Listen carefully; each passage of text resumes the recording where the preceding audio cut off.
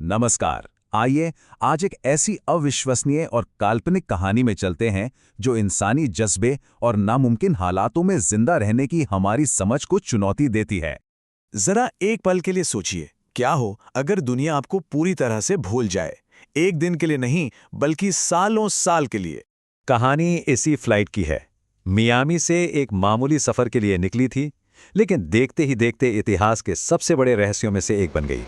तो होता यह है कि फ्लाइट अटलांटिक महासागर के ऊपर उड़ रही थी, सब कुछ नॉर्मल था, और फिर अचानक बिना किसी चेतावनी के ये बरमूडा ट्रायंगल में घुस जाती है और एक ऐसे तूफान में फंस जाती है जैसा पहले कभी किसी ने न देखा न सुना था। अंदर का मंजर सोचिए। सारे इलेक्ट्रॉनिक्स फेल हो गए, कंपास, रडार, सब कुछ बंद। प्लेन एक खिलौने की तरह हवा में उछल रहा था और कैप्टन रॉबर्ट मिलर के हाथ से सारा कंट्रोल जा चुका था। 134 लोग बस खामोशी और डर के बीच फंसे हुए थे। 30 मिनट के उस खौफ के बाद जब वो तूफान से बाहर निकले तो उनके इंजन बंद हो चुके थे। वो बस नीचे गिर रहे थे, एक अनजान समंदर और एक अनजान द्वीप की तरफ। यही उनका बचने का आखिरी और इकलौता मौका था। और कमाल ये हुआ कि प्लेन जमीन से नहीं टकराया, वो एक बहुत बड़े विशाल पेड़ से टकराया और उसकी डालियों में ऐसे फंस गया कि सब के सब बच गए। एक चमत्कार था ये। तो देखिए, क्रैश होते ही जिंदा रहने की असली जंग शुरू हो गई।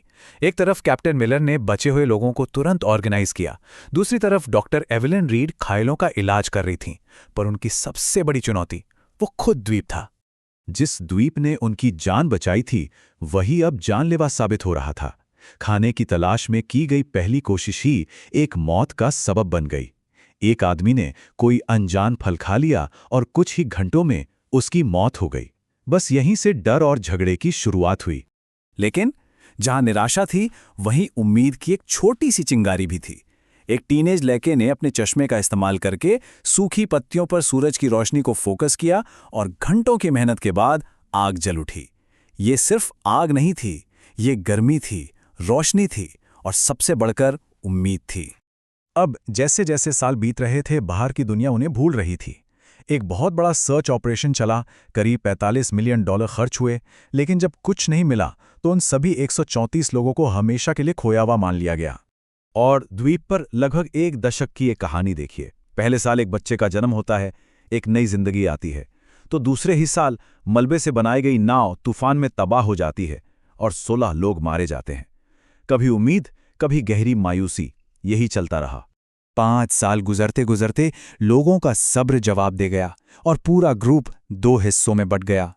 कैप्टन मिलर का ग्रुप था जो मानता था कि हमें निकलने की कोशिश कभी नहीं छोड़नी चाहिए, और दूसरा ग्रुप जो ये मान चुका था कि यही द्वीप हमारी कब्र है और यहां से निकलने की कोशिश करना मतलब मौत को दावत देना है। और उनकी ये निराशा तब और भी पक्की हो गई जब एक खोजी टीम को कुछ पुराने खंडहर मिले और साथ में मिला एक इंसानी कंकाल जिसके पास एक और भी पुराने प्लेन का टुकड़ा था। मतलब वो यहां फंसने वाले पहले लोग नहीं थे। ये ख्याल ही डरावना था कि कहीं ये द्वीप ही शापित तो नहीं। 8वां साल आते आते हालात बद से बदतर हो गए। एक भयानक तूफान आया और उन्होंने जो कुछ भी बनाया था, घर, औजार, सब कुछ तबाह हो गया। वो पूरी तरह से बेबस और टूटे हुए थे।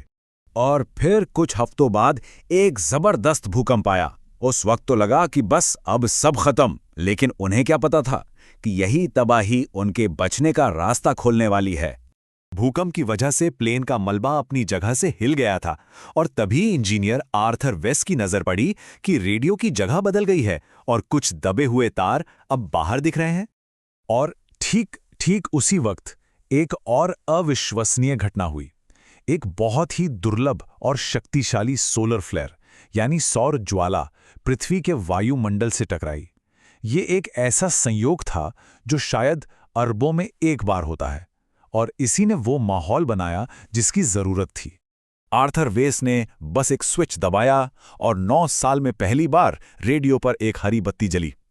उसने कांपते हाथों से माइक उठाया और उसकी आवाज समुंदर पार कर गई।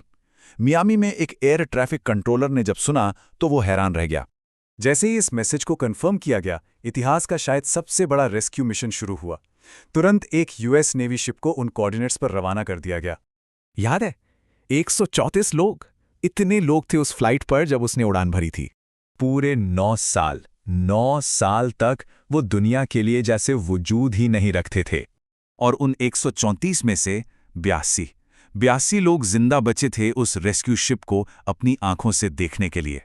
जब वो वापस उस दुनिया में लौटे जिसने उन्हें मरा हुआ मान लिया था, तो वो मंजर देखने वाला था। वो परिवार जो सारी उम्मीदें खो चुके थे, अपने लोगों से दोबारा मिल रहे थे। ये एक बहुत ही भावुक पल था। उनकी ये कहानी एक मिसाल बन गई। ये हमें सिखाती है कि 9 साल के अंधेरे के बाद भी जिंदा रहने का जज्बा रोशनी तक वापस पहुंचने का रास्ता ढूंढ ही लेता है।